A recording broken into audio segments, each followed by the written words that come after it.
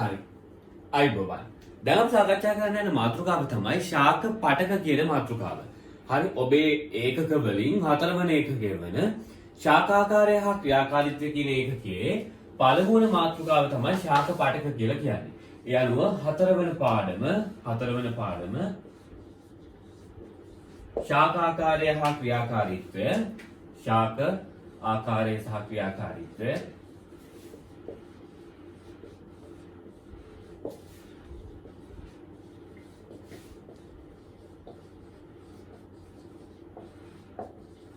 හරි මෙන්න මේ ශාකාකාරය හා ක්‍රියාකාරීත්වය කියන පාඩමේ පළවෙනි මාතෘකාව තමයි අපි සාකච්ඡා කරන්නේ. ඒක තමයි ශාක පාඨක plant tissue. පාඩමේ නම plant form and function. හරි එයත් plant tissues එහෙම නැත්නම් ශාක පාඨක ගැන තමයි දැන් අපි සාකච්ඡා කරන්න යන්නේ. හරි. දැන් අපි බලමු මුලින්ම මේ ශාක පාඨක කියන්නේ මොකක්ද කියලා. මම ශාක පාඨක කියන එක ඔබට විස්තර කරන්න කලින් මෙතන වැදගත් සිද්ධාන්තයක් විස්තර කරන හොඳට අහගෙන ඉන්න. ඊට පස්සේ අපිට පුළුවන් මේක ගැන පැහැදිලි කරගෙන යන්න. මේ පාඨකයක් කියන්නේ මේ සරලව කිව්වොත් සෛල සමූහයක එකතුවක්. පාඨකයක් කියලා කියන්නේ සෛල සමූහයක එකතුවක්. හරි. සෛල සමූහයක් නිකන් තිබුණු පළියට අපි ඒකට පාඨකයක් කියලා කියන්නේ නැහැ. පැහැදිලිද? සෛල සමූහයක් වෙන්න ඕනේ. හැබැයි හැම සෛල සමූහයක්ම පාඨකයක් වෙන්නේ නැහැ. පැහැදිලිද? ඒකට හේතුව තමයි ඔබ දන්නවා බැක්ටීරියාවන්. බැක්ටීරියාවන් මෙහෙම විදිහට අපි ඒකට කියන්නේ බැක්ටීරියා පාඨකය කියලා නෙවෙයිනේ. අපි ඒකට කියන්නේ බැක්ටීරියා ඝනාවාසය කියලා. හරි. අපි ඒකට කියන්නේ බැක්ටීරියා ඝනාවාසය කියලා. බැක්ටීරියා ඝනාවාසය කියලා. බැක්ටීරියා ඝනාවාසය කියලා. ශාක සෛල මේ විදිහට තිබ්බොත් එහෙම අන්තර් සම්බන්ධතාවලින් බැඳිලා තිබ්බොත් එහෙම අපි මේවට කියනවා මොකක් කියලාද? ශාක පාඨක කියලා. ශාක පාඨක කියලා. පැහැදිලිද? අපි මේවට කියනවා ශාක පාඨක කියලා. හරි. සත්ව සෛල මෙන්න මේ වගේ හරි අන්තර් සම්බන්ධතාව වලින් බැඳිලා තිබ්බොත් අපි මේවට කියන මොනවා කියලාද? සත්ව පාඨක කියලා. තේරෙනවද? එහෙනම් සෛල සමූහයක් නිකන් තිබුණු පමණින් ඒක මොකක් වෙන්නේ නැද්ද? පාඨකයක් වෙන්නේ නැහැ. ඒක පාඨකයක් වෙන්න නම් මේවා බාහිර සම්බන්ධතාව වලින් මොනවා වෙන්න ඕනද? බැඳිලා තියෙන්න ඕන. නැත්නම් අන්තර් සම්බන්ධතාව වලින් බැඳිලා තියෙන්න ඕන. පැහැදිලිද? එහෙනම් මේක තමයි මේකේ මූලික සිද්ධාන්තය. හරි. දැන් අපි මේ පාඨකය කියන නිර්වචනය සාකච්ඡා කරන්න යන්නේ. හරි. මේ පාඨකය කියන නිර්වචනයේට හරි ප්‍රධාන පොයින්ට්ස් 4ක් වෙන විදිහට මම මේ පාඨකය කියන නිර්වචනය ඔබට විස්තර කරනවා. මේ පොයින්ට්ස් 4 විදිහට ලේසියෙන් මේක මතක තියාගන්න පුළුවන්. පැහැදිලිද? පළවෙනි කාරණාව තමයි පාඨකයක් නම් පොදු සම්භවයක් තියෙන්නට ඕනේ. පළවෙනි කාරණාව මොකද්ද? පොදු සම්භවයක් තියෙන්න ඕනේ. දෙවෙනි එක තමයි කිසියම් විශේෂිත කාර්යයක් හෝ නැත්නම් විශේෂිත කාර්යයක් හෝ කාර්යයන් කිහිපයක් ඉටු කරන්නට පුළුවන් වෙන්නත් ඕනේ. පළවෙනි එක පොදු සම්භවයක් තියෙන්න ඕන. දෙවෙනි එක විශේෂිත කාර්යයක් හෝ කාර්යයන් කිහිපයක් කරන්න පුළුවන් වෙන්න ඕනේ. තුන්වෙනි කාරණාව තමයි එක වර්ගයක සෛල වලින් නැත්නම් සෛල වර්ග එකකින් හෝ සෛල වර්ග කිහිපයකින් නිර්මාණය වෙලා තියෙන්නත් ඕනේ. සෛල වර්ග එකක් තියෙන්නත් පුළුවන්. සෛල වර්ග කිහිපයක් තියෙන්නත් පුළුවන්. හරි. ආන් මේ විදිහට තියෙන සෛල සමූහයකට අපි කියනවා මොකක් කියලාද? පාඨකයක් කියලා. ඒ අනුව කරුණු 4යි. පළවෙනි එක මොකද්ද?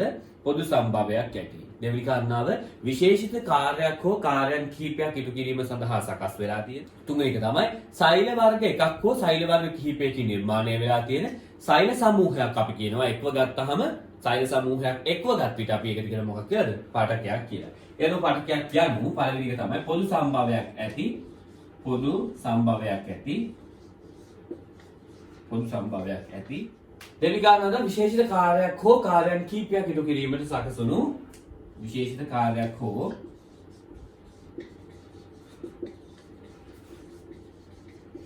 කාර්යයන් කිහිපයක් ඉටු කිරීමට සකසුණු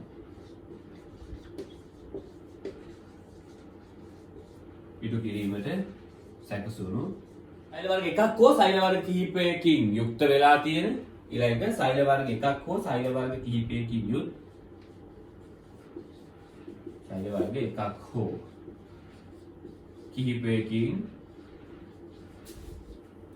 කිහිපයකින් සමන්විත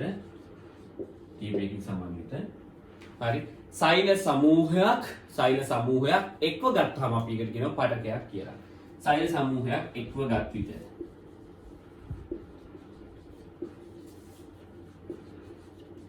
විට අපි ඒකට කියනවා මොකක්ද? පාඨකයක් කියලා. ඒ අනුව පාඨකය කියන නිර්වචනයේ ප්‍රධාන පොයින්ට්ස් 4කින් සමන්විත වෙනවා. පළවෙනි එක තමයි පොදු සම්භාවයක් ඇති විශේෂිත කෘත්‍යයක් හෝ කෘත්‍යයන් කිහිපයක් ඉටු කිරීම සඳහා සකස් වෙලා තියෙන සෛල වර්ග එකකින් හෝ සෛල වර්ග කිහිපයකින් නිර්මාණය වෙලා තියෙන සෛල සමූහයක් එක්ව ගත්තාම අපි ඒකට කියන මොකක් කියලාද? සෛල සමූහයක් එක්ව ගත්තාම අපි ඒකට කියන මොකක් කියලාද? ශාක පටකයක් කියලා. ශාක පටකයක් කියලා. එනවා මේ කියන්නේ ශාක පටකයේ නිර්වචනය. දැන් අපි බලන්න යන්නේ ශාක පටක වර්ග මොනවාද? හරි? ශාක පටක වර්ග මොනවාද කියන එකයි මේ ශාක පටක අපිට දකින්න පුළුවන් වෙන්නේ මොන මොන ස්ථානවල කියන එකයි. ඊට පස්සේ මේ ශාක පටක වල ක්‍රියාකාරීත්වය මොන වගේද කියන එකයි. පැහැදිලිද? හරි. මුලින්ම මෙන්න මේ කැලේ ලියලා දාගමු. ශාක පටක යනු කියන එක ලියලා දාගන්න. ඊට පස්සේ අපි මේකේ ඊළඟ කොටසට එමු. හරි. දැන් අපි මුලින්ම සාකච්ඡා කරන්න යන්නේ මේ ශාක පටක වල තියෙන පොඩි වර්ගීකරණයක්. අන්නේ වර්ගීකරණය ගැන තමයි දැන් අපි ඉගෙන ගන්න යන්නේ. ඒ අනුව මුලින්ම බලමු අපි ශාක පටක කොහොමද වර්ගීකරණය කරන්නේ කියලා. ශාක පටක ප්‍රධාන වශයෙන් අපිට කොටස් දෙකකට වර්ගීකරණය කරන්න පුළුවන්. ශාක පටක ප්‍රධාන වශයෙන් අපිට කොටස් දෙකකට වර්ගීකරණය කරන්න පුළුවන්. පළවෙනි වර්ගයට අපි කියනවා විභාජක පටක කියලා. පළවෙනි වර්ගයට අපි කියන මොකක් කියලාද? විභාජක පටක කියලා. පළවෙනි වර්ගයේ විභාජක පටක. දෙවෙනි වර්ගයට අපි කියනවා ස්ථීර පටක කියලා. හරි ස්ථීර පටක කියලා කියනවා. හරි. මොකද මේ විභාජක පටක කියලා කියන්නේ? හරි. විභාජක පටක කියලා කියන්නේ අඛණ්ඩව අනුනන විභාජනයට ලක් වෙමින් නව සෛල ඇති කරන පටක. එයාලට සුදුසු තත්ත්ව ලබා දුන්නාට පස්සේ සුදුසු තත්ත්ව යටතේදී මේගොල්ලෝ මොකද වෙන්නේ? අඛණ්ඩව අනුනන විභාජනයට ලක් වෙමින් නව සෛල නිර්මාණය කරනවා. සරලව කිව්වොත් මෙයාලගේ ප්‍රධාන කාර්යය තමයි අඛණ්ඩව අනුනන විභාජනයේ මගින් සෛල නිර්මාණය කිරීම කියලා කියන්නේ. මෙයාලගේ ප්‍රධාන කාර්යය තමයි සෛල විභාජනයේ මගින් නව සෛල නිර්මාණය කිරීම කියලා කියන්නේ. නව සෛල නිර්මාණය කිරීම.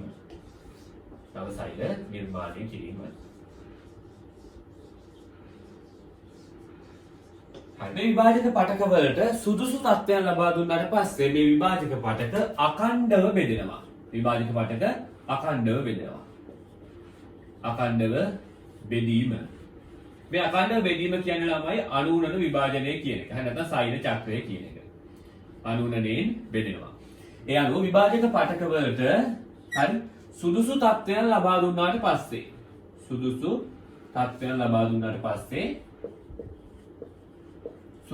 ලබා දුන්නාට පස්සේ විභාජක පටක අඛණ්ඩව බෙදලා නව සෛල නිර්මාණය කරනවා. ඔබ දන්නවාද මේ විභාජක පටකවල තියෙන තවත් වැදගත් කාරණාවක් තමයි මෙයාලා විභාජනය වෙවි නව සෛල ඇති කරනවා විනා මෙයාලා විභේදනය වෙන්නේ නැත. මෙයාලා මොනවා වෙලා නැද්ද? විභේදනය වී නොමැත. මොනවා වෙලා නැද්ද? විභේදනය වී නොමැත. මොනවාද විභේදනය වෙනවා කියන්නේ? විභේදනය වෙනවා කියලා කියන්නේ කිසියම් නිශ්චිත නැත්නම් විශේෂිත කාර්යයක් සඳහා හැඩ ගැහෙනවා කියන එක. පැහැදිලිද? ඒ අනුව විභේදනය වීම අනුව නිශ්චිත විශේෂිත කාර්යයක් සඳහා හැඩ ගැසීම කියන එක. එහෙනම් විභාජක පටක වලට විශේෂිත කාර්යයක් නෑ. යාර තියෙන එකම වැඩේ බෙදෙන එක විතරයි. පැහැදිලිද? සාමාන්‍යයෙන් අපි ගත්තොත් මේ නිමුරු දුස්ස සෛල වලට ප්‍රභා සංශ්ලේෂණය කිරීමේ හැකියාව තියෙනවා. ආන්ගේ වගේ එක එක සෛල වලට එක එක කෘත්‍යයන් තියෙනවානේ. එක එක සෛල එක එක ස්ථානවල විවිධ වර්ගයේ පටක නිර්මාණය කිරීම සඳහා දායක වෙනවා. නමුත් මෙයාගේ තියෙන විශේෂත්වය තමයි විභාජක පටක වලට වෙනත් කිසිම විශේෂිත කාර්යයක් නැහැ. එයා බෙදෙන එක විතරයි දන්නේ. පැහැදිලිද? ඒතර ඔයාලයි බෙදෙන එක විශේෂිත කාර්යයක් නෙමෙයිද කියලා. නෑ, ඒක එයාගේ ස්වභාවයනේ. එයාගේ ස්වභාවයට අමතරව එයා විශේෂිත වෙනත් කාර්යයක් සඳහා හැඩ ගැහෙන්නේ නැහැ. එනම් විභාජක පටක විභේදනය වී නොමැත. මේ ඔක්කොම MCQ හරි. විභාජක පටක විභේදනය වී නොමැත. විභාජක පටක වලට සුදුසු තත්ත්වයන් ලැබුණාට පස්සේ අඛණ්ඩව බෙදෙමින් එහෙම නැත්නම් අඛණ්ඩව අනුනනය වෙමින් නව සෛල නිර්මාණය කරනවා. පැහැදිලිද? මේ වර්ගයේ මොකක්ද? මෙතන ස්ථිර පටක. ස්ථිර පටක කියන්නේ මොනවද? ස්ථිර පටක කියලා කියන්නේ විභාජනයෙන් පස්සේ විභේදනය වන පටක. විභේදනය වූ පටක. මෙයාලගේ තියෙන විශේෂත්වය තමයි මෙයාලා යම් නිශ්චිත නැත්නම් විශේෂිත කාර්යයක් සඳහා හැඩ ගැහෙනවා.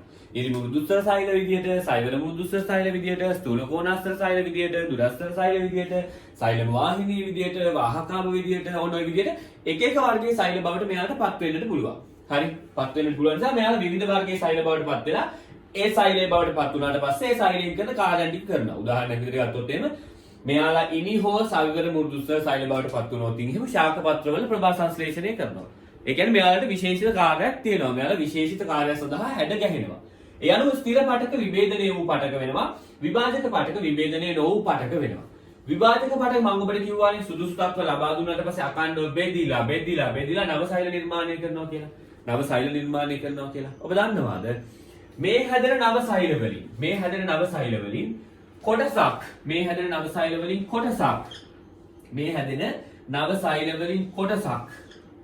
කොටසක් කොහෙද එනවද?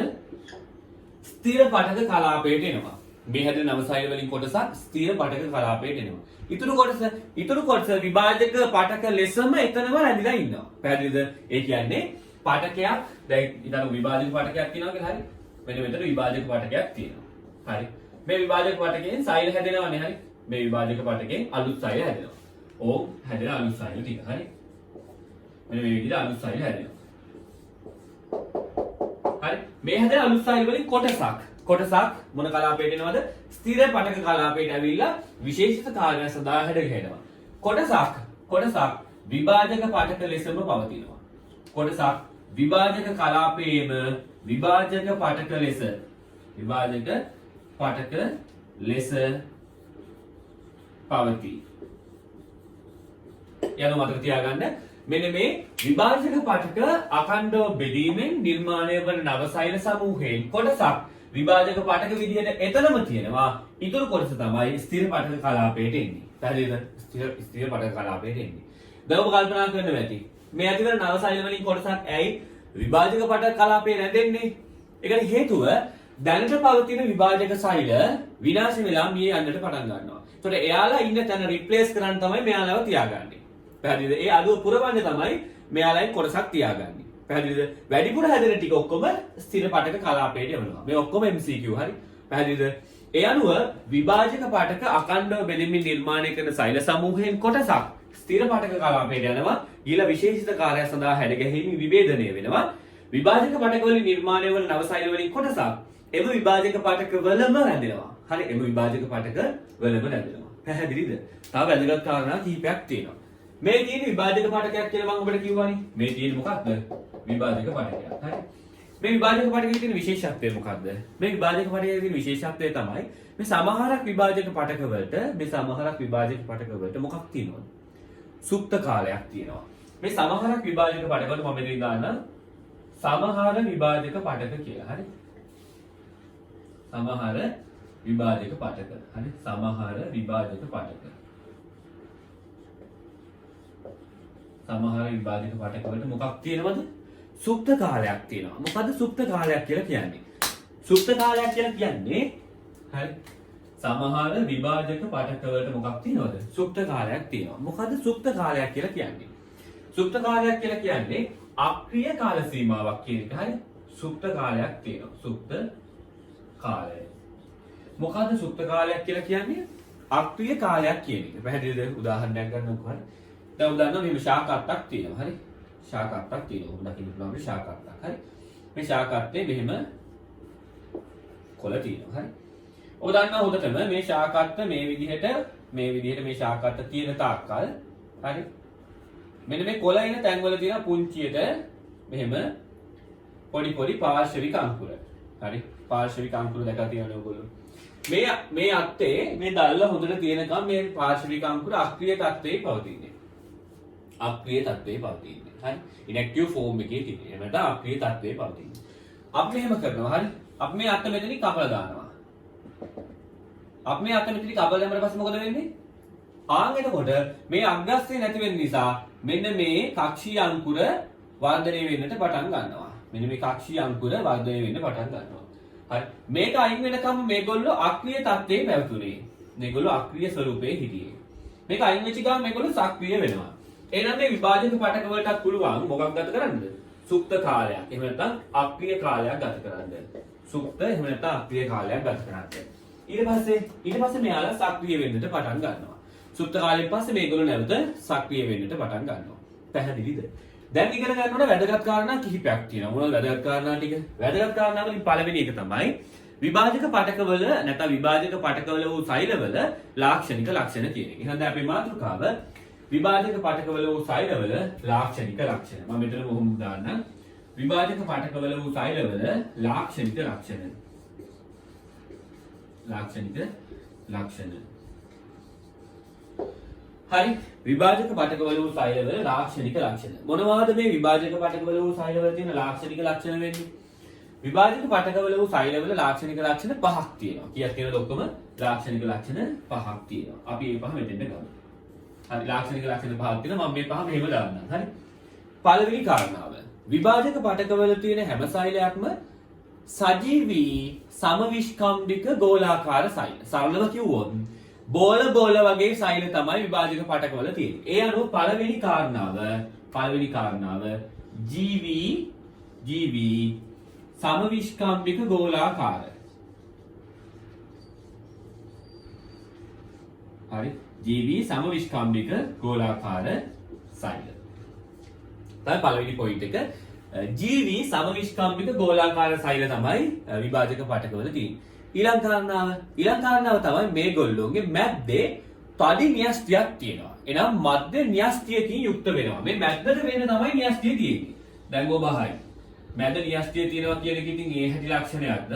හැම එකම මැද නෙමෙයිද න්‍යෂ්ටිය තියෙන්නේ කියලා. හරි? පැහැදිලිද? එහෙම අහනවා නම් ඔබ ආපහු ගිහිල්ලා ශාක සෛලය කියන එක බලන්න. ඇයි? සාමාන්‍ය ශාක සෛලයක මැද්ද රික්තකයේ තියෙන නිසා ඔය න්‍යෂ්ටිය කියන එක පාරාන්තික පැත්තට නෙරලයි තියෙන්නේ. ඒ අනුව කවදාවත් සාමාන්‍ය ශාක සෛලයක ශාක සෛලයක් ගත්තොත් එහෙම සාමාන්‍ය ශාක සෛලයක මැද්ද න්‍යෂ්ටිය දකින්න හම්බෙන්නේ නැහැ. රික්තකයේ නිසා න්‍යෂ්ටිය පැත්තට ගිහිල්ලායි තියෙන්නේ. මේකේ මැද්ද දකින්න පුළුවන්. එනම් මැද්ද රික්තකයක් නැහැ. මැද්ද රික්තකයක් නැති නිසා න්‍යෂ්ටිය මැද්ද දකින්න පුළුවන්. න්‍යෂ්ටිය මැද්දේ දකින්න පුළුවන්. අපි ඔක ලස්සන කියන්නේ කොහොමද? අපි ඔක කියන්නේ මෙහෙමයි. මැද්ද න්‍යෂ්ටියකින් යුක්ත වේ. හරි. ඒ අනුව දෙවෙනි කාරණාව මැද්ද න්‍යෂ්ටියකින් යුක්ත වේ.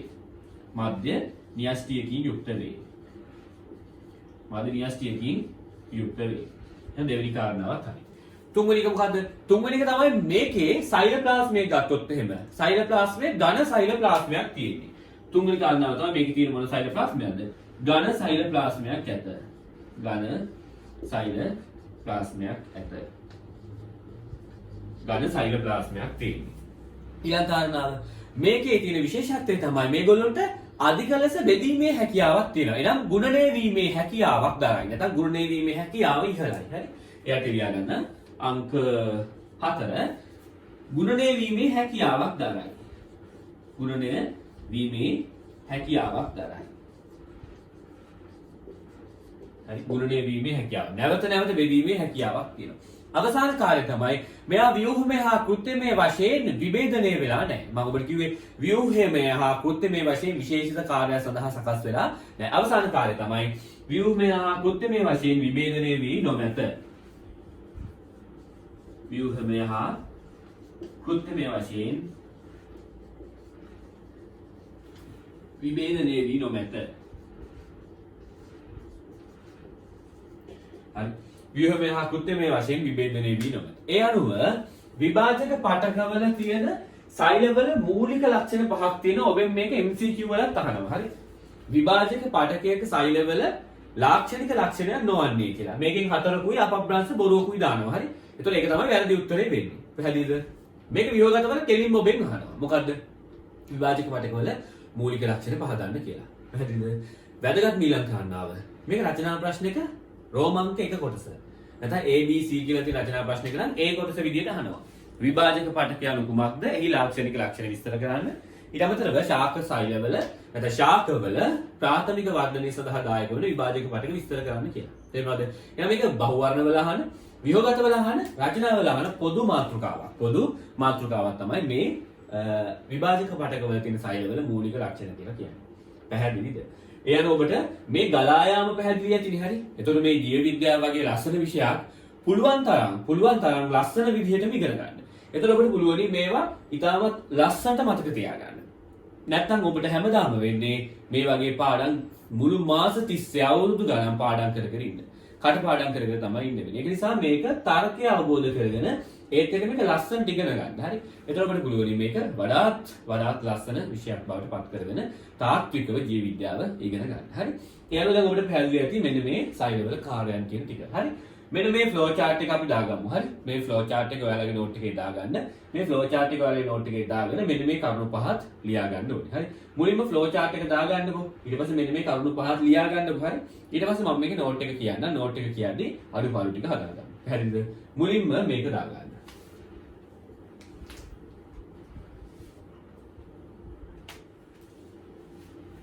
හරිනේ. අපි යන්නේ මාතෘකාව දාගමු. විභාජක පටක යනු කියලා. හරි. විභාජක පටක යනු කියලා මාතෘකාව දාගන්න. විභාජක පටක යනු කියන මාතෘකාව දාගන්න. හරිනේ. විභාජක පටක යනු. විභාජක පටක යනු.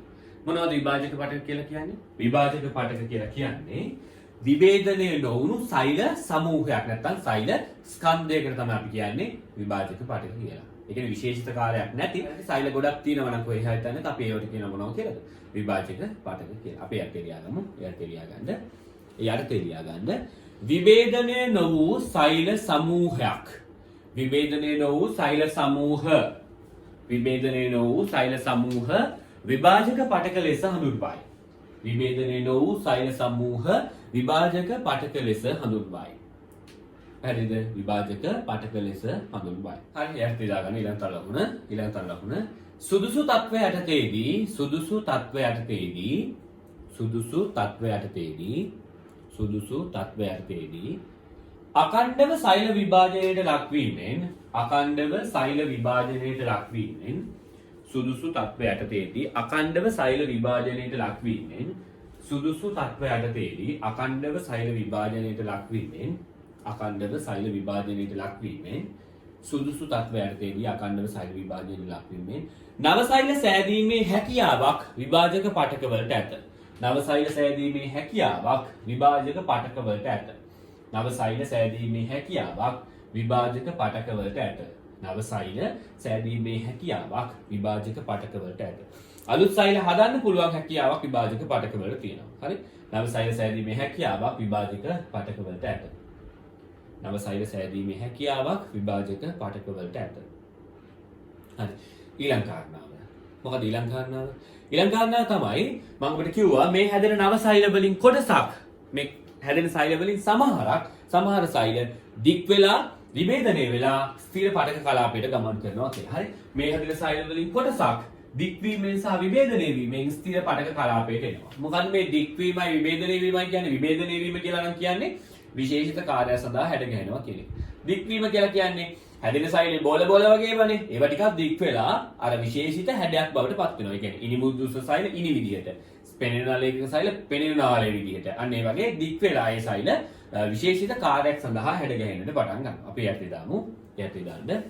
මෙලෙස නිර්මාණය වන සෛල වලින් සමහරක් මෙලෙස නිර්මාණය වන සෛල වලින් සමහරක් මෙලෙස නිර්මාණය වන සෛල වලින් සමහරක් සෛල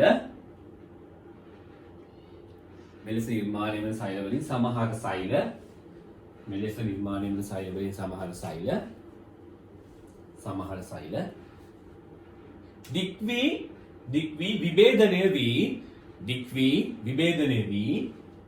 දික් වී විභේදනය වී ස්ථිර පටක කලාපයට පැමිණේ. ස්ථිර පටක කලාපයට පැමිණේ. දික් වෙලා විභේදනය වෙලා යන ස්ථිර පටක කලාපයට එනවා. ස්ථිර පටක කලාපයට පැමිණේ.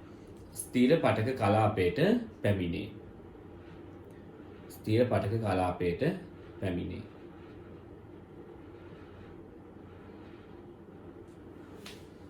එතකොට අනිත් සෛල ටිකට මොකද වෙන්නේ? අනිත් සෛල ටික මේ විභාජන කලාපයේම රැඳෙනවා. අපි යටිලියම් ඊළඟ තර ලකුණ. ඉතිරි සෛල නැත්නම් අනිත් සෛල විභාජක සෛල ලෙසම පවතී. අනිත් සෛල විභාජක සෛල ලෙසම පවතී. අනිත් කටිය විභාජක සෛල විදියටම ඉන්නවා. හරි. අනිත් සෛල විභාජක සෛල ලෙසම පවතී. අනිත් සෛල විභාජක සෛල ලෙසම පවතී. පැහැදිලිද? මම ඔබට කිව්වේ සමහරක් විභාජක පටකවලට මේ සුප්ත කාලයක් පැවතිය හැකි. සුප්ත කාලයක් පැවතිය හැකි. හැම විභාජක පටකයකම සුප්ත කාලයක් තියෙනවා කියලා නෙමෙයි මම කිව්වේ. හරි. සමහරක් විභාජක පටකවලට සුප්ත කාලයක් එකක් පැවතිය හැකි. හරි. මේවා ඔක්කොම MCQ. හරි. සුප්ත කාලයක් පැවතිය හැකි. මොකද්ද පැවතිය හැකි? සුප්ත කාලයක්. හරි. සුප්ත කාලයක්. මොකක්ද සුප්ත කාලයක් කියන්නේ? අක්‍රීයව පවතින කාලයක්. හරි. අක්‍රීයව පවතින කාලයක්. ඒ අනුව සුප්ත කාලයක් එහෙම නැත්නම් අක්‍රීය පවතින කාලයක් පැවතිය හැකියි. අපි යටි ලියාගමු. තව මොකක්ද ලියා ගන්න. විභාජක වලට සුප්ත කාලයක් පැවතිය හැකිය. විභාජක වලට සුප්ත කාලයක් පැවතිය හැකිය. සමහරක් අයට සුප්ත කාලයක් තියෙනවා, සමහරක් අයට එහෙම එකක් නැහැ. හරි. ඒගොල්ලෝ දිගටම බෙදි යනවා. හරි. විභාජක වලට සුප්ත කාලයක් පැවතිය හැකිය. විභාජක වලට සුප්ත කාලයක් පැවතිය හැකිය. විභාජක වලට සුප්ත කාලයක් පැවතිය හැකිය. පැහැදිලිද? හරිනේ. ඊළඟ කාරණා ගන්න. මේ විභාජක වල ක්‍රියාකාරීත්වයෙන් තමයි ශාක වලට නවසයිල එකතු වෙමින් ශාක වර්ධනය වෙන්නට පටන් ගන්න. ඒ අනුව මේක දායක වෙන්නේ ඇත්තටම ශාක වර්ධනය සඳහා. මේක දායක වෙන්නේ ඇත්තටම ශාක වර්ධනය සඳහා. අපි ඒ අර්ථය ලියාගමු. ඒ අර්ථය ලියාගන්න.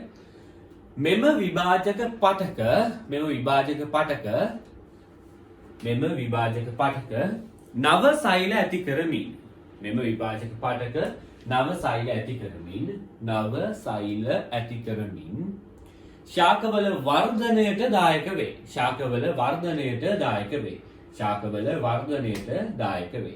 ශාකවල වර්ධනයට දායක වේ. ශාකවල වර්ධනයට දායක වේ. ළමයි මතක තියාගන්න තව කාරණාවක් තියෙනවා. ඔය ශාකවල වර්ධනය කියන එක තියෙනව නේද? අපි මේකෙදි පුළුල්ව සාකච්ඡා කරනවා. හරි. ශාක කොහොමද උසින් වැඩි වෙන්නේ සහ ශාක කොහොමද පළලින් වැඩි වෙන්නේ කියලා. හරි. ප්‍රාථමික වර්ධනය කියන උසයානයකට කඳ පළල් වෙන එකට අපි කියනවා ද්විතීයික වර්ධනය කියලා. පැහැදිලිද? අපි ඒවා ගැන වෙනම ඉස්සරහට කතා කරනවා. එතකොට ශාක වර්ධනය සඳහා හේතු වෙන්නේ මෙන්න මේ නවසෛල ඇති කරන විභාජන ක්‍රියාවලිය. එතකොට මේක ගොඩක් වැදගත් කාර්යයක් වෙනවා. නැත්නම් ගොඩක් වැදගත් ක්‍රියාවලියක් වෙනවා. පැහැදිලිද? හරි. ඊළඟ කාරණාව තමයි මේ විභාජක පටකවල තියෙන සෛලබල වූ මූලික ලක්ෂණ පහ. හරි. මාතෘකාව විදිහට දාගන්න. විභාජක පටකවල වූ සෛලබල මූලික ලක්ෂණ. නැත්නම් ලාක්ෂණික ලක්ෂණ. විභාජක පටකවල වූ සෛලබල ලාක්ෂණික ලක්ෂණ. විභාජක පටකවල වූ සෛලබල ලාක්ෂණික ලක්ෂණ. විභාජක පටකවල වූ සෛලබල ලාක්ෂණික ලක්ෂණ. විභාජක පටකවල තියෙන සෛලවල ලාක්ෂණික ලක්ෂණ. හරිනේ? හරි. මම කිව්ව අපිට පළවෙනි එක මොකද්ද? සියල්ලම ජීවී සෛල, ඒ වගේම සියල්ලම සමවිස්කම්භික ගෝලාකාර සෛල. අපි අත් ලියමු අංක 1. සියල්ල ජීවී සෛල වන අතර සමවිස්කම්භික ගෝලාකාර සෛල වේ. සියල්ල ජීවී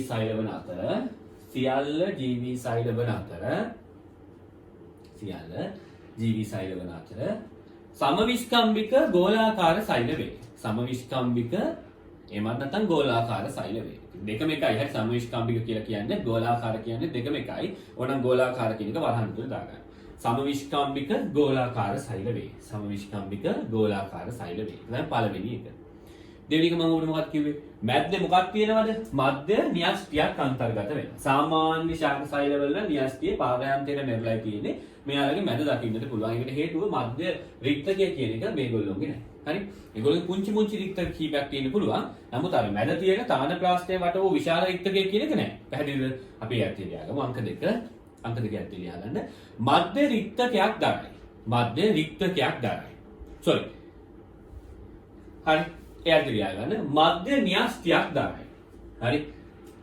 දෙවෙනි එක මධ්‍ය න්‍යෂ්ටියක් දරයි.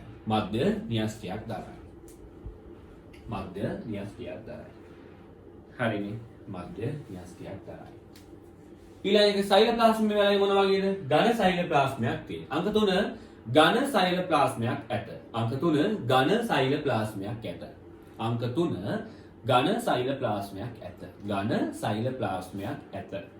ඝන වෙච්ච සෛලප්ලාස්මයක් තියෙනවා. පැහැදිලිද? ඝන සෛලප්ලාස්මයක් ඇත. ඊළඟ තමයි මේගොල්ලෝගේ මං කිව්වා විභාජනය වීමේ හැකියාව නැත්නම් ගුණණය වීමේ හැකියාවක් සහිතයි. මේගොල්ලෝ විභේදනය වෙන්නේ නැහැ. ගුණණය වීමේ හැකියාව තමයි මෙයාලට තියෙන්නේ. අපි යට ලියාගමු අංක 4. ගුණණය වීමේ හැකියාව දරයි. කියන්නේ විභාජනය වීමේ හැකියාව මෙයාලට තියෙනවා. ඒක මෙයාලගේ ලාක්ෂණික ලක්ෂණයක්. ගුණණය වීමේ හැකියාව දරයි. බෙදෙන්න පුළුවන් මෙයාලට. හරි? ඒ අනුව ගුණණය වීමේ හැකියාව දරයි. බෙදෙන්න පුළුවන් මෙයාලට. හරි? ගුණණය වීමේ හැකියාව දරනවා. පැහැදිලිද? හරි ගුණණය වෙන්න පුළුවන්. අවසානයේ මම මොකද ඔබට කිව්වේ? මෙයාලා ව්‍යුහමය හා කෘත්‍රිමය වශයෙන් විභේදනය වෙලා නැහැ. අඛණ්ඩව විභාජනය වෙමින් පවතින. ඒක නිසා විභේදනය වෙන්නේ නැහැ. හරි ඒත් ඊළඟ අවසානික අංක 5 ව්‍යුහමය හා කෘත්‍රිමය වශයෙන් විභේදනය වී නොමැත. ව්‍යුහමය හා කෘත්‍රිමය වශයෙන් විභේදනය වී නොමැත. ව්‍යුහමය හා කෘත්‍රිමය වශයෙන් විභේදනය වී නොමැත. ව්‍යුහමය හා කෘත්‍රිමය වශයෙන් විභේදනය වී නොමැත. ව්‍යුහමය හා කෘත්‍රිමය වශයෙන් විභේදනය වී නොමැත. ව්‍යුහමය හා කෘත්‍රිමය වශයෙන් විභේදනය වී නොමැත. ව්‍යුහමය හා කෘත්‍රිමය වශයෙන් මොනවා වෙලා නැද්ද? විභේදනය වෙලා නැහැ. විශේෂ කාර්යය සඳහා සකස් වෙලා නැහැ. බෙදෙන එක විතරයි මෙයාලා කරන්නේ. පැහැදිලිද? හරි. ඒ අනුව ඔන්න අපි විභාජක පටකවල මූලික හැඳින්වීම සම්පූර්ණ කරගත්තා. දැන් අපිට තියෙනවා මේ විභාජක පටක වර්ග 3ක් ගැන ඉගෙන ගන්න. පැහැදිලිද? විභාජක පටක තියෙනවනේ. විභාජක පටක. මෙන්න මේ විභාජක පටක වර්ග 3ක් තියෙනවා. මොනවද වර්ග 3? අපි ඒවට කියනවා මෙහෙම. හරි. පළවෙනි එක අග්‍රස්ත විභාජකය. පළවෙනි එක අග්‍රස්ත විභාජකය. ඊළඟ එක පාර්ශවික විභාජකය. ඊළඟ එක පාර්ශවික විභාජකය. අවසාන එක අන්තරස්ත විභාජකය. අවසාන එක අන්තරස්ත විභාජකය. මෙන්න මේ වශයෙන් අග්‍රස්ත විභාජකයේ පාර්ශ්වික විභාජකයේ සහ අන්තරස්ත විභාජකයේ වශයෙන් ප්‍රධාන විභාජක වර්ග 3ක් තියෙනවා. දැන් අපි ඉගෙන ගන්න යන්නේ මෙන්න මේ ප්‍රධාන විභාජක වර්ග 3 ගැන. දැන් අපි බලමු අග්‍රස්ත විභාජක ගැන. හරි දැන් මාතෘකාව විභාජක වලින් පළවෙනි විභාජක වර්ගය වන අග්‍රස්ත විභාජක. අග්‍රස්ත විභාජක. විභාජක වලින් පළවෙනි වර්ගය වන අග්‍රස්ත විභාජක. මොනවද මේ අග්‍රස්ත විභාජක කියලා කියන්නේ? මේ අග්‍රස්ත විභාජක කියලා කියන්නේ කඳේ අග්‍රස්තයේ සහ මුලේ අග්‍රස්තයේ තියෙන විභාජක. අග්‍රස්තයේ තියෙන නිසා මෙයාලා කියනවා අග්‍රස්ත විභාජක වෙනවා. පැහැදිලිද? ඒ අනුව මේගොල්ලෝ අපිට දකින්නට පුළුවන් කඳ ගත්තොත් එහෙම මෙන්න මේ කඳ තියෙන්නේ හරි. කඳ මෙන්න මේ කඳේ අග්‍රස්තය අපිට මෙයාලව දකින්නට පුළුවන්. හරි. කඳේ අග්‍රස්තය මේ විදිහට තමයි වෙන්නේ. හරි. ඒ අනුව මෙන්න මේ විදිහට කඳේ අග්‍රස්තයේ මෙන්න මේ විභාජකයේ තියෙනවා. පැහැදිලිද? ඉතුරු පාටක තියෙන්නේ මේ අතුරු පැත්තෙන්. හරිනේ. කඳේ කොහෙද තියෙනවද? අග්‍රස්තයේ අපිට මේ විභාජකයේ දකින්නට පුළුවන්. මම යනවා දාන්න. මේ ඔබ දකින්නේ මේ කඳේ අග්‍රස්තය. හරි. මේ හරිය තමයි පත්‍ර වෙන්න පටන් ගන්න. හරි. මේ කඳේ අග්‍රස්තය අපිට දකින්න පුළුවන්. මේ තියෙන්නේ පරෝහ අග්‍ර විභාජකය. පරෝහ අග්‍ර විභාජකය. ඇයි මෙයාට පරෝහ අග්‍ර විභාජකය කියලා කියන්නේ? ඔය පරෝහ කියලා කියන්නේ පොළවෙන් ඉහළට ආපු කොටස් වලට. ඒතර පොළවෙන් ඉහළට එන්නේ කඳනේ. ඒ කඳේ කෙළවර භාගවල තියෙන විභාජකය නිසා මෙයාගේ නම කඳේ කෙළවර විභාජකය. එහෙම නැත්නම් පරෝහ අග්‍රස්ත විභාජකය කියලා කියනවා. ඒතර මේකත් අග්‍රස්ත විභාජකයක්. හරි. ඒ අනුව අග්‍රස්ත විභාජක වර්ග දෙකක් තියෙනවා. එකක් තමයි කඳේ අග්‍රස්තයේ තියෙන විභාජකය. ඒ තමයි මේ ඔබ දකින්නේ. දෙවෙනි එක තමයි මුලේ අග්‍රස්තයේ තියෙන විභාජකය. දෙවෙනි එක මොකද්ද? මුලේ අග්‍රස්තයේ තියෙන විභාජකය. මේ කියන්නේ මුල මේ මුලේ අග්‍රස්තයේ මොකක්ද තියෙනවද? විභාජකයක් තියෙනවා. හරි. මේ මුලේ අග්‍රස්තයේ මොකක්ද තියෙනවද? විභාජකයක් තියෙනවා. මෙන්න මේ හරිය තමයි මූල අග්‍රස්ත විභාජකයේ තියෙන්නේ. හරි. පැහැදිලිද? මුල ගැන අපි වෙනම උගන්වනවා. දැන් මේක අහගෙන ඉන්න. හරි. මේ තියෙන්නේ මුලේ අග්‍රස්තයේ තියෙන විභාජකය. අපි මේක කියන මූලාග්‍ර විභාජකය කියලා. මූලාග්‍ර විභාජකය. ඒ අනුව මේක පරෝහාග්‍ර විභාජකය කඳේ කෙළවරේ තියෙන එක. මේක මුලේ කෙළවරේ තියෙන එක නිසා මෙයාගේ නම මොකද්ද? මෙයාට අපි කියනවා මූලාග්‍ර විභාජකය කියලා. මූලාග්‍ර විභාජකය කියලා. පැහැදිලිද? මේකේ වැදගත් කරුණු ගොඩාක් තියෙනවා. අපි වෙනම අග්‍රස්ත විභාජක ගැන ඉගෙන ගන්න මේක ගැන ඉගෙන ගමු. හරි? පැහැදිලිද? අපි මේ කඳේ අග්‍රස්තය ගැන වෙනම උගන්වනවා. මුලේ අග්‍රස්තය ගැන වෙනම උගන්වනවා. දැන් මතක තියාගන්න තියෙන අග්‍රස්ත විභාජක මාර්ග දෙකක් තියෙනවා අය. ඒකේ පළවෙනි එක පරෝහාග්‍රස්ත විභාජකය එහෙම නැත්නම් කඳේ අග්‍රස්ත විභාජකය. දෙවෙනි එක මූලාග්‍ර විභාජකය එහෙම නැත්නම් මුලේ අග්‍රස්ත විභාජකය කියලා. පැහැදිලිද? ඔබ දන්නවාද මේ විභාජක දෙකම දායක වෙන්නේ දිගින් වැඩි වෙන්න. උදාහරණයක් විදිහට ගත්තොත් එහෙම පරෝහ අග්‍රස්ත විභාජකයේ දායක වෙන්නේ කඳ දිගින් වැඩි වීම සඳහා. පරෝහ දිගින් වැඩි වීම සඳහා. පරෝහ දිගින් වැඩි වීම කියන්නේ පරෝහ හරි. පරෝහ දිගින් වැඩි වීම සඳහා. පරෝහ දිගින් වැඩි වීම සඳහා. හරි. පෙරෝහ දිගින් වැඩි වෙනවා කියන්නේ කඳ දිග වැඩි වෙනවා කියන එක අපිට අසන්න කියන්නේ කඳ උස යනවා කියලා. හරි. ඒ අනුව මේ නිසා මොකද වෙන්නේ? කඳ උස යනවා. හරි. කඳ උස වැඩි වෙනවා. හරි. මෙයා මොකද කරන්නේ? මෙයා මුල දිගින් වැඩි කරනවා. මුල දිගින් වැඩි කරනවා. හරිද? මුල දිගින් වැඩි කරනවා. ඒ අනුව කඳ දිගින් වැඩි වෙනවා. එහෙම නැත්නම් කඳ උස යනවා. මුල දිගින් වැඩි වෙනවා. එහෙම නැත්නම් මුල දික් වෙන්නට පටන් ගන්නවා. පැහැදිලිද? එහෙනම් මේ අග්‍රස්ත විභාජක දෙකෙන්ම කරන්නේ ළමයි මොනවා කරන එකද? මොනවා කරන එකද? සරලව කිව්වොත් කොටස් වල දිග වැඩි කරන එක තමයි මෙයාගේ ප්‍රධාන කාර්යය වෙන්නේ. හරි. මෙන්න මේ කොටස් වල දිග වැඩි වීමට අපි ලස්සන නමක් කියනවා. කොටස් වල දිග වැඩි වෙන එකට අපි තනි නමක් පාවිච්චි කරනවා ප්‍රාථමික වර්ධනය කියලා. මේ දිග වැඩි වෙන එකට අපි කියන්නේ මොකක් කියලාද? ප්‍රාථමික වර්ධනය කියලා. මොකද අපි කියන්නේ ප්‍රාථමික වර්ධනය කියලා. ඒ අනුව කඳ දිගින් වැඩි වීමයි මුල දිගින් වැඩි වීමයි පොදුවේ අපි කියනවා ප්‍රාථමික වර්ධනය කියලා. එහෙනම් MCQ එක. අග්‍රස්ත විභාජක ප්‍රාථමික වර්ධනය සඳහා සහභාගී වේ. වර්ණය නිවැරදි. අග්‍රස්ත විභාජක ප්‍රාථමික වර්ධනය කරනවා තමයි. මතක තියාගන්න ප්‍රාථමික වර්ධනය කරන දායක වෙන්නේ අග්‍රස්ත විභාජක තමයි. හරි. අග්‍රස්ත විභාජක තමයි. MCQ වල අහනවා ඔබෙන්. හරි. මේ අග්‍රස්ත විභාජක තමයි ළමයි ඇත්තටම ප්‍රාථමික වර්ධනය සඳහා දායක වෙන්නේ. පැහැදිලිද? මේ MCQ අහනවා ඔබෙන්. හරි. ඊළඟ කාරණාව මම ඔබට කිව්වා මූල අග්‍රස්තයේ තියෙනවා මූලාග්‍ර විභාජකය, කඳේ අග්‍රස්තයේ තියෙනවා පෙරෝහාග්‍ර විභාජකය කියලා මේ දෙන්නම කඳේ දිග වැඩි කිරීමකට මුලේ දිග වැඩි කිරීමකට දායක වෙනවා. එනම් ප්‍රාථමික වර්ධනය ඇති කරන්නට හේතු වෙනවා කියලා. පැහැදිලිද? අපි මුලින්ම මෙයා ගැන ලියාගෙන ඊට පස්සේ අනිත් අය ගැන බලමු. හරි. මුලින්ම මේක ඇඳලා දාගෙන මෙයා ගැන ලියගමු. හරි. මුලින්ම ඇඳලා දාගන්න.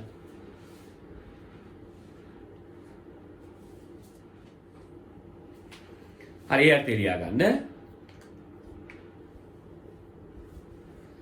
මේ විභාජකය පරෝහ අග්‍රස්තයෙන් මෙන්ම මූල අග්‍රස්තය දැකගත හැකිය. මේ විභාජකය පරෝහ අග්‍රස්තයෙන් මෙන්ම මූල අග්‍රස්තය දැකගත හැකිය. මේ විභාජකය පරෝහ අග්‍රස්තයෙන් මෙන්ම මූල අග්‍රස්තය දැකගත හැකිය. මෙම විභාජකය පරෝහ අග්‍රස්තයෙන් මෙන්ම මූල අග්‍රස්තය දැකගත හැකිය. පරෝහ අග්‍රස්තයේ තියෙනවා මූල අග්‍රස්තයේ තියෙනවා. මෙම විභාජකය පරෝහ අග්‍රස්තයේ මෙන්ම මූල අග්‍රස්තයේ දැකගත හැකිය. පැහැදිලිද? ඊළඟ වැදගත්ම කාරණාව මොකද්ද? මේ විභාජකය මග ඇති කරන නව සෛල නිසා මේ කොටස් වල දිග වැඩි වෙනවා. එනම් මෙයට ලියා ගන්න. එනම් මෙම විභාජකය මගින් ඇති කරන නව සෛල හේතුවෙන් එනම් මෙම විභාජකය මගින් ඇති කරන නව සෛල හේතුවෙන් එනම් මෙම විභාජකය මගින් ඇති කරන නව සෛල හේතුවෙන් මෙම විභාජකය මගින් ඇති කරන නව සෛල හේතුවෙන් හරි කඳ දිගින් වැඩිවීම මුල දිගින් වැඩිවීම හෙවත් කඳ දිගින් වැඩිවීම මුල දිගින් වැඩිවීම හෙවත් කඳ දිගින් වැඩිවීම මුල දිගින් වැඩිවීම හෙවත් රතු පෑනි ශාක කොටස්වල දිග වැඩිවීම සිදුවේ. ශාක කොටස්වල දිග වැඩිවීම සිදුවේ. ශාක කොටස්වල දිග වැඩිවීම සිදුවේ. ශාක කොටස්වල දිග මොකද වෙන්නේ? වැඩි වෙන්නට පටන් ගන්නවා. ශාක කොටස්වල දිග වැඩිවීමට සිදුවේ. ශාක කොටස්වල දිග වැඩිවීම සිදුවේ. හරි. ඊළඟ කාරණාව රතු පැනල ලියා ගන්න. මෙලෙස ශාක කොටස්වල දිග වැඩිවීමේ ක්‍රියාවලිය මෙලෙස ශාක කොටස්වල දිග වැඩිවීමේ ක්‍රියාවලිය මෙලෙස ශාක කොටස්වල දිග වැඩිවීමේ ක්‍රියාවලිය මෙලෙස ශාක කොටස්වල දිග වැඩිවීමේ ක්‍රියාවලිය ප්‍රාථමික වර්ධනය ලෙස හඳුන්වයි. ප්‍රාථමික වර්ධනය ලෙස හඳුන්වයි. මෙලෙස ශාක කොටස්වල දිග වැඩිවීමේ ක්‍රියාවලියට අපි කියන මොකක් කියලාද? ශාකවල ප්‍රාථමික වර්ධනය කියලා. කඳ දිගින් වැඩි වුණොත් කඳේ ප්‍රාථමික වර්ධනය කියනවා. මුල දිගින් වැඩි වුණොත් මුලේ ප්‍රාථමික වර්ධනය කියලා කියනවා. එහෙනම් ප්‍රාථමික වර්ධනය ඇති කරන දායක වෙන්නේ කවුද? අග්‍රස්ත විභාජක. අග්‍රස්ත විභාජක වෙනවා. පැහැදිලිද? ඔන්න අපි විභාජක පාඨක වලින් පළවෙනි විභාජක පාඨක වර්ගය වන අග්‍රස්ත විභාජක සාකච්ඡා කරලා අවසන් වෙනවා. දැන් අපිට තියෙන්නේ ඊළඟ වර්ගය වන පාර්ශ්වික විභාජක කියන එක කතා. හරි. දැන් අපි සාකච්ඡා කරන්නේ දෙවෙනි විභාජක වර්ගය වන පාර්ශ්වික විභාජක ගැන. පැහැදිලිද? මේක පැහැදිලි කරන්න කලින් මම ඔබට පැහැදිලි කරන්න මෙන්න මේ ද්විබීජපත්‍රී ශාක කඳක හරස් කඩක view එක. හරි මේ ඔබ දකින්නේ ද්විබීජපත්‍රී ශාක කඳක. ඒ කියන්නේ මොකද්ද? මෙහෙම ගත්තොත් එහෙම. හරි. මිරිස් පැලයක් වගේ එකක් ගත්තොත් එහෙම. හරි. මෙන්න මේකේ මේ කඳ කොටසක හරස්කලක ව්‍යුහය තමයි මේ ඔබ දකින්නේ. හරි. මේකේ කඳ කොටසක හරස්කලක ව්‍යුහය තමයි මේ ඔබ දකින්නේ. පැහැදිලිද? මේ හරස්කලක ව්‍යුහය. ද්විබීජපත්‍රී ශාක කඳක හරස්කලක ව්‍යුහය. ද්විබීජපත්‍රී ශාක කඳක හරස්කල මේ ඔබ දකින්නේ. හරි. වැදගත්ම කාරණා කිහිපයක් මෙතන තියෙනවා. කියන එක හොඳට අහගන්නකෝ. පළවෙනි කාරණාව තමයි මෙන්න මේ පාර්ශ්වික විභාජක වන ප්‍රධාන විභාජක වර්ග දෙකක් තියෙනවා. ඒකේ එකක් තමයි අපි කියන්නේ සනාල කැම්බියම කියලා. ඒකට අපි කියනවා සනාල කැම්බියම කියලා. අනිත් එකට අපි කියනවා වල්ක කැම්බියම කියලා. අනිත් එකට අපි කියනවා මොකක්ද කියලාද? වල්ක කැම්බියම කියලා. අනික වල්ක කැම්බියම. හරි. දැන් කොහොමද මේ දෙක ඔබට පැහැදිලි කරන්නේ? ඔබ මේවා ගැන මේ ලෝකේ සංසාරයක් දන්නේ නැහැ නේ. දන්නේ නැති නිසා තමයි පැහැදිලි කරන්නේ හොඳට බලාගෙන ඉන්න. හරි. මේකේ මේ සනාල කැම්බියමයි වල්ක කැම්බියමයි නම් කරලා ඉස්සෙල්ලා මම මේක පැහැදිලි කරන චුට්ටක් බලා ගන්නකෝ. හරි. මේ තියෙන්නේ මම මේ කොටස් ටික නම් කරන්නේ නැහැ ඔක්කොම. හරි. මේ ටික ඕගොල්ලෝ ඉස්සරහට ඕන වෙන්නේ. දැන් තමයි චුට්ටක් පැහැදිලි කරන්න. මේ තියෙන්නේ කඳේ අපිචර්මය. හරි. කඳේ අපිචර්මය. මේ තියෙන්නේ කඳේ බාහිකය. හරි. මේ තියෙන්නේ කඳේ මොකද්ද? බාහිකය. කෝටෙක්ස් එක. හරි. මේ තියෙන කඳේ මජ්ජාව. හරි. මේ තියෙන කඳේ මොකද්ද? මජ්ජාව. මේ තියෙන කඳේ මජ්ජාව. මේ XY කියලා දාලා තියෙන මොනවද? ඒ සෛලම. හරි. ඒ අනුව XY කියලා දාලා තියෙන්නේ සෛලම. ශෛලම. හරි. PH කියලා දාලා තියෙන්නේ ෆ්ලෝයම. හරි. සෛලම සහ ෆ්ලෝයම තමයි මේ ඔබ දකින්නේ. හරි. ඒ දෙක අතරමැද තියෙන මෙන්න මේ කැලි මොනවද? ඒ දෙක අතරමැද තියෙන මෙන්න මේ නිල් පාට කරන කැලි. ඒක කැම්බියමක්. හරි. මේක මොකද්ද? කැම්බියමක්. මේකට කියන්නේ අපි සනාල කලාප වල සෛලම සහ ෆ්ලෝයම අතරමැද්දේ තියෙන කැම්බියම. අන්තක් කලාපීය කැම්බියම කියලා කියන්නේ. හරි. පැහැදිලිද? ඒවා අපි ඉස්සරහට බලමු. දැන් බලමු. කියන්නේ ඒක කැම්බියමක්. මොකක්ද කැම්බියමක් කියන්නේ? විභාජනය වෙන්න පුළුවන් සෛල ගොනුවක්. විභාජනය වෙන්න පුළුවන් සෛල ගොනුවක්. ඒ අනුව සෛලමේ සහ ෆ්ලෝයමේ අතර තියෙන මොකක්ද? විභාජනය වෙන්න පුළුවන් සෛල ගොනුවක්. හරි. මොකද තියෙන්නේ? විභාජනය වෙන්න පුළුවන් සෛල ගොනුවක්. මෙන්න මේ සෛල ගොනු ටික ඔන්න බලන්න තව චුට්ටකින් මොකද වෙන්නේ කියලා බලමු. හරි. මේ සෛල ගොනු ටික මෙහෙම පෑහෙන්න පටන් ගන්නවා. මේ සෛල ගොනු ටික මෙන්න මෙහෙම පෑහෙන්න පටන් ගන්නවා. පෑහිලා මොකද වෙන්නේ? පෑහිලා විභාජක සෛල විතරක් තියෙන වලයක් නිර්මාණය කරනවා. හරි. මෙන්න මේ සෛල ටික මෙන්න මේ විදිහට පෑහිලා විභාජක සෛල විතරක් තියෙන වලයක් නිර්මාණය කරනවා. මෙන්න මේ වලයට අපි කියනවා මොකක් කියලාද? මෙන්න මේ වලයට තමයි අපි කියන්නේ සනාල කැම්බියම් වලය කියලා. මේක අපි කියනවා මොකක් කියලාද? සනාල කැම්බියම් වලය කියලා. මතක තියාගන්න ළමයි මේ සනාල කැම්බියම් වලය ඇති වෙන්නේ මේ ශාක ද්විතීයක වර්ධනයට ලක් වෙන්න යද්දී. ඒ කියන්නේ මේ ශාක ප්‍රාථමික වර්ධනය වෙද්දී මේ සනාල කැම්බියම කියන එක දායක වෙන්නේ නැහැ. ඒ ප්‍රාථමික වර්ධනයට මොකද දායක උනේ? කඳේ අග්‍රස්ත විභාජකයයි මුලේ අග්‍රස්ත විභාජකයයි මතකයිනේ ඔයගොල්ලෝ මම කලින් කිව්වේ. එහෙනම් උස යන්න සහ දිග වැඩි වෙන්න බලපාන්නේ අග්‍රස්ත විභාජක. පළල වැඩි වෙන්න නැත්නම් පරිධිය වැඩි වෙන්න බලපාන්නේ මොකද්ද? පාර්ශ්වික විභාජක. දැන් මම බලන්නේ ඒක ගැන. හරි. එහෙනම් මේ කරන්න යන්නේ මේ කඳේ පළල වැඩි කරන්නයි යන්නේ. හරි. මුලේ පරිධිය වැඩි කරන්නයි යන්නේ. තේරුණාද? ඒක කරන් දායක වෙන මුල් මෙක්කිනා කවුද? ඒක කරන් දායක වෙන මුල් මෙක්කිනා තමයි සනාල කැම්බියම. හරි. මේ සනාල කැම්බියම. ඊට පස්සේ තව එක්කෙනෙක් ඉන්නවා. හරි. මේ සනාල කැම්බියම ඇති වෙලා ටික කාලයක් ගියාට පස්සේ මෙන්න මේ බාහිකයේ ඇති වෙනවා තව විශේෂිත විභාජක සෛල කලාපයක්. මෙන්න මේ බාහිකයේ ඇති වෙනවා තව විශේෂිත විභාජක සෛල කලාපයක්. මෙන්න මේ බාහිකයේ ඇති වෙනවා තව විශේෂිත විභාජක සෛල කලාපයක්. මෙන්න මේ බාහිකයේ ඇති වෙනවා තව විශේෂිත විභාජක සෛල කලාපයක්. මෙන්න මේ විශේෂිත විභාජක සෛල කලාපයට අපි ලස්සන නමක් කියනවා. හරි. මෙන්න මේ විශේෂිත විභාජක සෛල කලාපයට තමයි අපි කියන්නේ මොකක් කියලාද? මෙන්න මේ වල්ක කැම්බියම කියලා. එහෙනම් මේ වල්ක කැම්බියම කියලා කියන්නේ අන්තිමේටම ඇතිවන කැම්බියම. පැහැදිලිද? එයා ඇති වෙන්නේ සනාල කැම්බියම ඇති වෙලා ටික කාලයක් ගියාට පස්සේ. පැහැදිලිද? ඔබට පේනවා ඇති මේ දෙකම තියෙන්නේ කඳේ හෝ මුලේ පාර්ශවිකව. පාර්ශවිකව කියන්නේ මැද්දෙන් නෙමෙයි පැත්තට වෙන්න තියෙන්නේ. හරි? පැහැදිලිද? මැද්දෙන් නෙවෙයි. එහෙනම් කොයි පැත්තට වෙන්න තියෙන්නේ? වටේට වෙන්න. නැත්නම් පැත්තකට වෙන්න තියෙන්නේ. පැහැදිලිද? පැත්තකට වෙන්න තියෙන නිසා යාගේ නම පාර්ශවික විභාජකය වෙනවා. පැහැදිලිද? ඒ අනුව දෙවෙනි විභාජක වර්ගය අපි කියන මොකක් කියලාද? පාර්ශවික විභාජක කියලා පාර්ශ්වික විභාජක වර්ග දෙකක් තියෙනවා. පළවෙනි එක සනාල කැම්බියම, දෙවෙනි එක වල්ක කැම්බියම. සනාල කැම්බියම තියෙන්නේ මෙන්න මේ සෛලම සහ ෆ්ලෝයම අතරමැද්දේ. වල්ක කැම්බියම තියෙන්නේ ඒ ඔක්කොන්ටම පිටපැත්තෙන්. ඒ ඔක්කොන්ටම පිටපැත්තෙන්. පැහැදිලිද? තේරුණාද? ඊළඟ වැදගත්ම කාරණාව. ඇත්තට මේ දෙකෙන් මොකද කරන්නේ? මේ සනාල කැම්බියම මගින් හොඳට මතක තියාගන්න. මේ මුලින් තියෙන සෛලමයට අපි කියන්නේ ප්‍රාථමික සෛලමය කියලා. හරි? ප්‍රාථමික සෛලමය කියලා කියන්නේ මුල ඉඳලම තිබුණු සෛලමය. සනාල කැම්බියම ඇති වුණාට පස්සේ මේ ඇතුල් පැත්තට හදනවා අලුත් සෛලමයක්. සනාල කැම්බියම ඇති වුණාට පස්සේ මේ ඇතුල් පැත්තට හදන අලුත් සෛලමයට අපි කියනවා ද්විතීයක සෛලමය කියලා. එහෙනම් සනාල කැම්බියමෙන් ඇතුල් පැත්තට මොකක්ද ඇති කරන්නේ? ද්විතීයක සෛලමයක් ඇති කරනවා. මොකක් ඇති කරනවා කිව්වා? ද්විතීයක සෛලමයක්. කලින් තිබ්බ එක ප්‍රාථමික සෛලමයනේ. දැන් ඇති කරන එක ද්විතීයක සෛලමය. පැහැදිලිද? දැන් ඇති කරන්නේ ද්විතීයක සෛලමය. එහෙනම් සනාල කැම්බියම ද්විතීයක සෛලමයක් ඇතුල් පැත්තට ඇති කරනවා. ඒත් එක්කම මේ පිටපැත්තේ තිබෙන්නේ මොනවද? ප්‍රාථමික ෆ්ලෝයමය. හරි, මුලින් ඉඳලා තිබුණු ෆ්ලෝයමය තිබ්බේ. මෙන්න සනාල කැම්බියමෙන් පිටපැත්තට ඇති කරනවා අලුත් ෆ්ලෝයමයක්. හරි, පිටපැත්තට ඇති කරනවා අලුත් ෆ්ලෝයමයක්. ඒකට කියන්නේ මොකක්ද? අපි ඒකට කියනවා ද්විතීයක ෆ්ලෝයමය කියලා. මොකක්ද අපි ඒකට කියන්නේ? ද්විතීයක ෆ්ලෝයමය කියලා.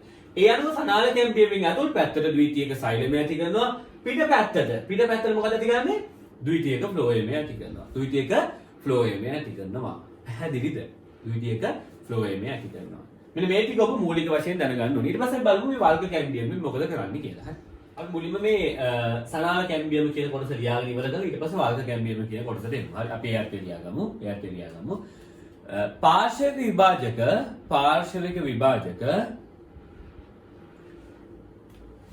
පාර්ශ්වික විභාජක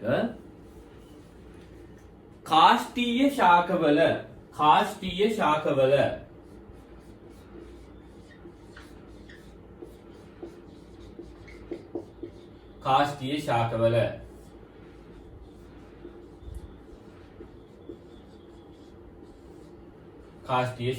කාෂ්ඨීය ශාකවල ඉංග්‍රීසි වලින් කියන්නේ woody plant කියලා. හරි, woody plant. කාෂ්ඨීය කියන එකේ තේරුම ළම ලීයක් කියන එකක් තියෙනවා කියන එක. හරි, කියන්නේ මැද ලීයක් වගේ ශක්තිමත් ලීයක් කියලා හඳුන්වන ශක්තිමත් ව්‍යුහයක් තියෙනවා නම් අපි ඒ ශාක වලට කියනවා woody plants. එහෙම නැත්නම් කාෂ්ඨීය ශාක කියලා.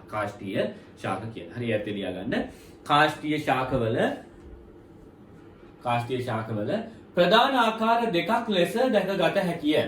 ප්‍රධාන ආකාර දෙකක් ලෙස දැකගත හැකිය.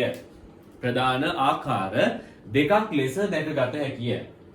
ආකාර දෙකක් ලෙස දැකගත හැකිය.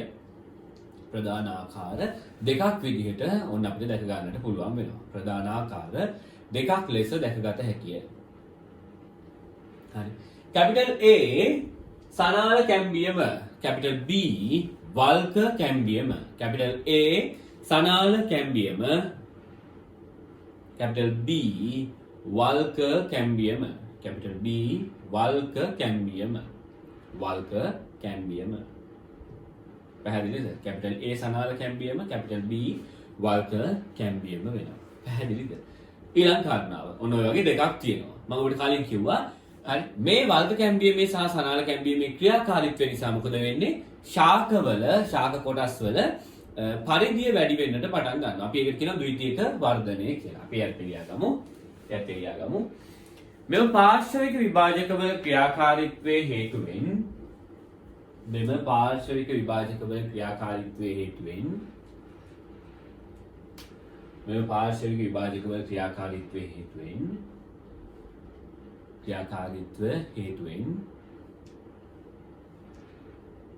ශාක දේහේ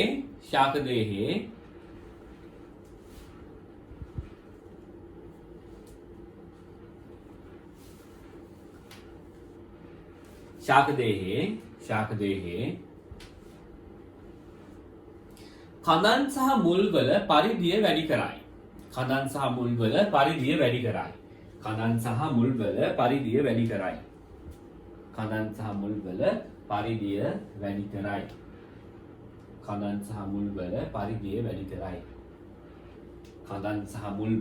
පරිධිය වැඩි කරයි. කඳන් සහ මුල්වල පරිධිය වැඩි කරයි. මෙය ශාකවල ද්විතීයක වර්ධනය ලෙස හැඳින්වේ. මෙය ශාකවල ද්විතීයක වර්ධනය ලෙස හැඳින්වේ. මේකට අපි කියනවා ශාකවල secondary growth එහෙම නැත්නම් ද්විතීයක වර්ධනය කියලා. ද්විතීයක වර්ධනය ලෙස හැඳින්වේ. ද්විතීයක වර්ධනය ලෙස හැඳින්වේ. එහෙනම් මේ පරිධිය වැඩි වෙන එකට අපි කියනවා ද්විතීයක වර්ධනය කියලා. ප්‍රාථමික වර්ධනය සඳහා දායක වුණ අග්‍රස්ත විභාජක ද්විතීයික වර්ධනය සඳහා දායක වෙන්නේ පාර්ශවික විභාජක. පාර්ශවික විභාජක. පැහැදිලිද? ඊයන් ගන්නා තමයි මම ඔබට කිව්වා මෙන්න මේ සනාල කැම්බියම් මගින් ඇතුල් පැත්තට ඇති කරන්නේ ද්විතීයික සෛලමය, පිට පැත්තට ඇති කරන්නේ ද්විතීයික ෆ්ලෝයමය කියලා. මුලින් මේක ලියාගෙන ඉමු. එයත් ලියා ගන්න.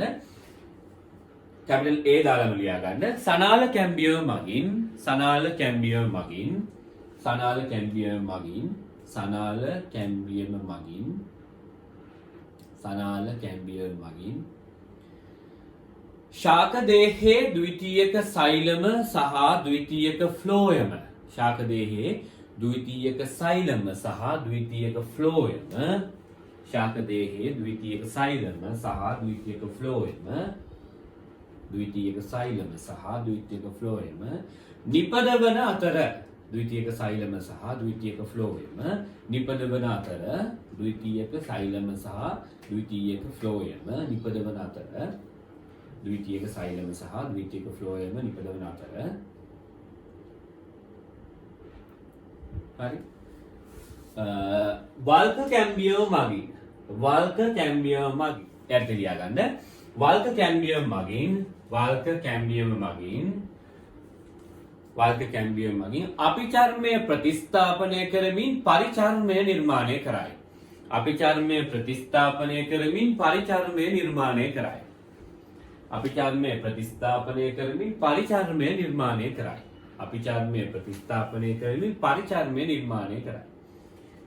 හරි. මොකක්ද ඒ කියන්නේ? පැහැදිලි කරනවා හොඳට අහගෙන ඉන්න. හරි. මේ තියෙන අපිචර්මය. අපිචර්මය. මේ ශාක ද්විතීයික වර්ධනයට ලක් වෙද්දී මෙන්න මේ අපිචර්මය පුපුරලා විනාශ වෙලා යන්නට පටන් ගන්නවා. පුපුරලා කෑලි කැඩිලා ගැලවිලා වැටෙන්නට පටන් ගන්නවා. පැහැදිලිද? එතකොට මේ අපිචර්මය නිකම්ම ඉවත් වෙලා යනවනේ.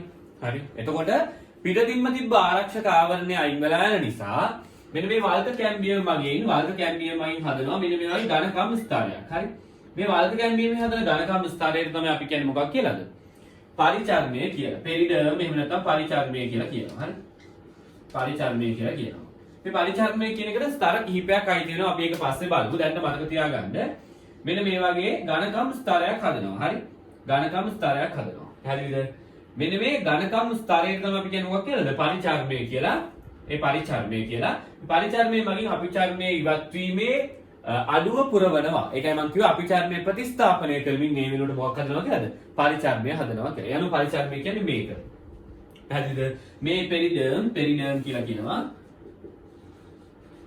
හරි. මේක ගැන අපි වෙනමම පුළුල්ව සාකච්ඡා කරනවා ශාකවල ද්විතීයික වර්ධනය කියන කොටසේදී. පැහැදිලිද? දැනට මතක තියාගන්න පෙරිඩර්ම් නැත්නම් පරිචර්මය කියලා කියන්නේ මෙන්න මේ වගේ ඝනකම් කොටසක් කියලා. පැහැදිලිද? හරි. ඔතනින් ওই කැලේ අවසන් වෙනවා. දැන් අපි පාර්ශවික විභාජක කියන කොටසත් ඉගෙනගෙන අවසන් වෙනවා. දැන් අපි ඉතුරුලා තියෙන්නේ අවසාන විභාජක වර්ගය වෙන අන්තරස්ථ විභාජකය කියන එක. හරි. දැන් අපි බලමු විභාජක වර්ග වලින් තුන්වෙනි වර්ගය වෙන අන්තරස්ථ විභාජකය ගැන. නම අන්තරස්ථ විභාජකය. අන්තරස්ථ විභාජකය. අන්තරස්ථ විභාජකය. මොකක්ද මේ අන්තරස්ථ විභාජකය කියලා කියන්නේ? මේ අන්තරස්ථ විභාජකය කියලා කියන්නේ හොඳට මතක තියාගන්න ළමයි. මේ අන්තරස්ථ විභාජකය කියලා කියන්නේ හැම ශාකයකම දකින්න පුළුවන් එකක් නෙමෙයි. මේක හරි විශේෂ විභාජකයක්. මේක අපිට දකින්නට පුළුවන් වෙන්නේ තෘණකුලයේ ශාකවල පමණයි. හරි. තෘණකුලයේ ශාක කිව්වහම ඔබට මතක් වෙන්නේ තනකොළ ගස් විතරද? හරි. දැන් තෘණකුලයේ ශාක කිව්වහම විවිධ වර්ගයේ තෘණකුලයේ ශාක තියෙනවා. හරි. විවිධ වර්ගයේ තෘණකුලයේ ශාක තියෙනවා. හරි. උදාහරණයක් ගන්න. බට පඳුරු. බට වගේ වහරි.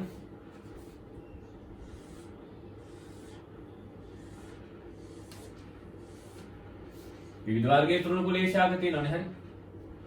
මේ ඔබ දකින්නේ තෘණකුලයේ ශාක. හරි. මේ තෘණකුලයේ ශාක වල අපිට දකින්නට පුළුවන් තෘණකුලයේ ශාක මෙහෙම තියෙනවා. ඔයගොල්ලෝ දැකලා තියෙනවා බටපඳුරු.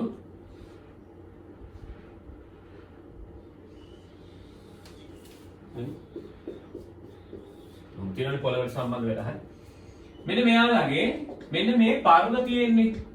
පර්ව කියන්නේ මෙන්න මේක කෑල්ලක්. හරි අපි පුරුකක් කියලා කියන්නේ. මේක අපි ලස්සන විද්‍යාවෙදි කියන්නේ පර්ව කියලා. හරි. පර්ව. මෙන්න මේ පර්ව පාද තියෙන්නේ හරි. මේ පර්ව වල අග්‍රස්තේ මෙන්න මෙතන දකින්න පුළුවන් මෙහෙම ටිකක් ඉදිමිලා තියෙන කොටස් වර්ගයක් හරි. ඉදිමිලා තියෙන කොටස් වර්ගයක්. පැහැදිලිද? එන්නේ මේ පර්වයේ පාද තියෙන්නේ හරි. පර්වයේ පාදවල තියෙන ටිකක් ඉදිමිලා තියෙන හරියක්. ආන් එතන තමයි මේ කියන අන්තරස්ථ විභාජකය කියන එක තියෙන්නේ. මෙන්න මේ කියන අන්තරස්ථ විභාජකය කියන්නේ මෙන්න මෙතන. පැහැදිලිද? මෙතන විතරද? නෑ තව තියෙනවා. හරි. තව තියෙනවා. ඔබ දැකලා තියෙනවා මේවල පත්‍ර තියෙනවා. මේවල පත්‍ර තියෙනවා. මෙහෙම හරි. පත්‍ර තියෙනවානේ. මෙන්න මේ පත්‍ර තියෙන්නේ පත්‍ර පටන් ගන්න තැන තියෙන්නේ හරි. මේ පත්‍ර පටන් ගන්න තැන. මෙන්න මේ පටන් ගන්න තැන තියෙන්නේ මොනවද? මෙන්න මේ අන්තරස්ථ විභාජකයේ තියෙන විභාජකය. පැහැදිලිද? ඒ අනුව මේ අන්තරස්ථ විභාජකය අපිට දකින්නට පුළුවන් තෘණකුලයේ ශාකවල. තෘණකුලයේ ශාකවල කොහෙද අපිට දකින්නට පුළුවන්? තෘණකුලයේ ශාකවල කොහෙද දකින්නට පුළුවන්? තෘණකුලයේ ශාකවල පර්ව පාදයේ සහ මේ පත්‍ර ආරම්භ වන පත්‍ර පාදයේ අපිට දකින්නට පුළුවන්. හරි පත්‍රයේ ගාව ඉදිමිලා තියෙන තැන සහ මේ පර්වවල මෙන්න මේ ඉදිමිලා තියෙන තැන්වල දකින්නට පුළුවන්. මේ තෘණකුලයේ ශාකවල මේ තෘණකුලයේ වගේ ඒක බීජපත්‍රයේ ශාකවල දකින්නට පුළුවන් මෙන්න මේ කියන අන්තරස්ථ විභාජකය. මේකේ තියෙන විශේෂත්වය තමයි මේක තමයි ලෝව වේගයෙන්ම විභාජනය වෙන විභාජකය වෙන්නේ. මේ ලෝකයේ වේගයෙන්ම විභාජනය වෙන විභාජකය වෙනවා. හරි. මේකේ වේගවත් බව කොච්චරක්ද කියනවා නම් රැයක් කෙලි වෙද්දී උණගස් සෑහෙන ලොකු ප්‍රමාණයකට උඩින් වැවිලා. පැහැදිලිද? දැන් ඔබ දන්නවනේ තනකොළ කපලා දවස් 2-3ක් යද්දී ආපහු වැවිලා. ඇයි ඒ තරම් මෙයාගේ විභාජන කාර්යක්ෂමතාවය ගොඩාක් වැඩි. පැහැදිලිද? මේ අපිට දකින්න පුළුවන් වෙන්නේ කොහෙද? කඳේ පාදස්තේ දකින්න පුළුවන්. කඳේ පාදස්තේ කියන්නේ මෙන්න මේ පර්වවල පාදස්තේ කියන එක. හරි. මම මෙතනින් දාන්නම්කෝ. හරි. මෙන්න මේවා. මේකට අපි කියන්නේ පර්ව. පර්ව පාදස්තේ දකින්න පුළුවන්. ඊට අමතරව මම ඔබට කිව්වේ පත්‍ර පාදස්තේ දකින්න පුළුවන්. හරි පර්ව පාදස්තේ දකින්න පුළුවන්. ඊට අමතරව පත්‍ර පාදස්තේ දකින්න පුළුවන්. මෙන්න මේ තැන් දෙකේ තමයි මේ අපිට බහුලව දකින්න පුළුවන් වෙන්නේ. ඒ අනුව තෘණකුලයේ ශාක වැනි ඒක බීජපත්‍රී ශාකවල තෘණකුලයේ ශාක වැනි ඒක බීජපත්‍රී ශාකවල කඳන්වල පාදස්තේ නැත්නම් පර්ව පාදස්තේ සහ පත්‍රවල පාදස්තේ අපිට මෙන්න මේ කියන විභාජකය දකින්නට පුළුවන්. මෙයා හරි වේගී විභාජනය වල විභාජකයක්. මෙන්න මේ පත්‍ර පාදස්තේ මේ පර්ව පාදස්තේට අපි කියනවා මොකක් කියලාද? කඳන්වල පාදස්තේට අපි කියනවා පර්ව පාදස්තේ කියලා. මේ පත්‍රවල පාදස්තේට අපි කියනවා ගැටය කියලා. හරි. මේකට අපි කියනවා මොකක් කියලාද? ගැටය කියලා. කියන්නේ ගැටය කියන තැන තියෙනවා. කියන්නේ ගැටය කියලා කියන්නේ පත්‍ර පාදස්තේ කියන එක. හරි. කඳේ පාදස්තේට අපි කියන්නේ පර්ව පාදස්තේ කියලා. දෙකම එකයි. හරි. තේරුණාද? කියන්නේ පර්ව වල අපිට දකින්නට පුළුවන්. ඊට අමතරව ගත්තොත් එහෙම ගැටේ අපිට දකින්නට පුළුවන්. තේරුණාද? හරි. මෙන්න මේ තැන් වල තමයි අපිට මේක දකින්නට පුළුවන් වෙන්නේ.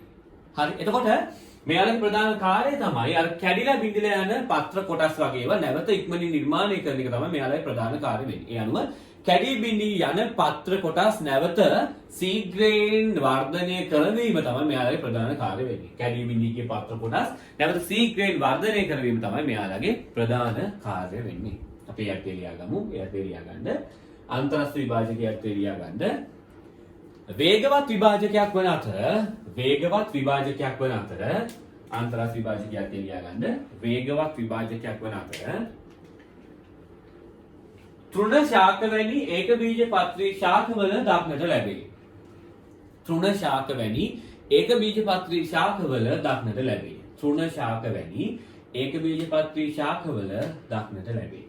තෘණ ශාක වැනි ඒක බීජපත්‍රී ශාකවල දක්නට ලැබේ.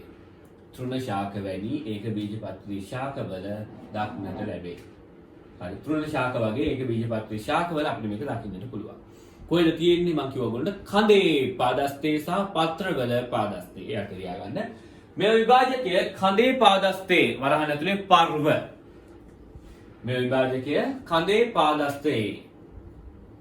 මේ විභාජකය කඳේ පාදස්තේ වරහන් ඇතුලේ පර්ව.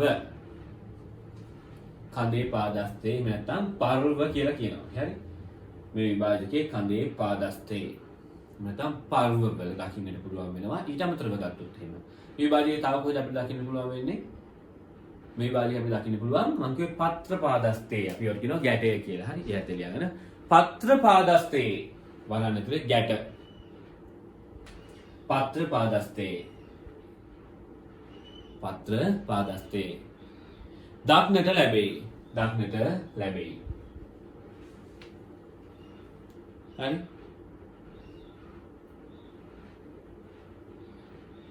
මේ ප්‍රධාන කාර්ය ලියාගන්න ඔතු පෑණින් මේ ප්‍රධාන කාර්ය වන්නේ මෙහි ප්‍රධාන කාර්ය වන්නේ මෙහි ප්‍රධාන කාර්ය වන්නේ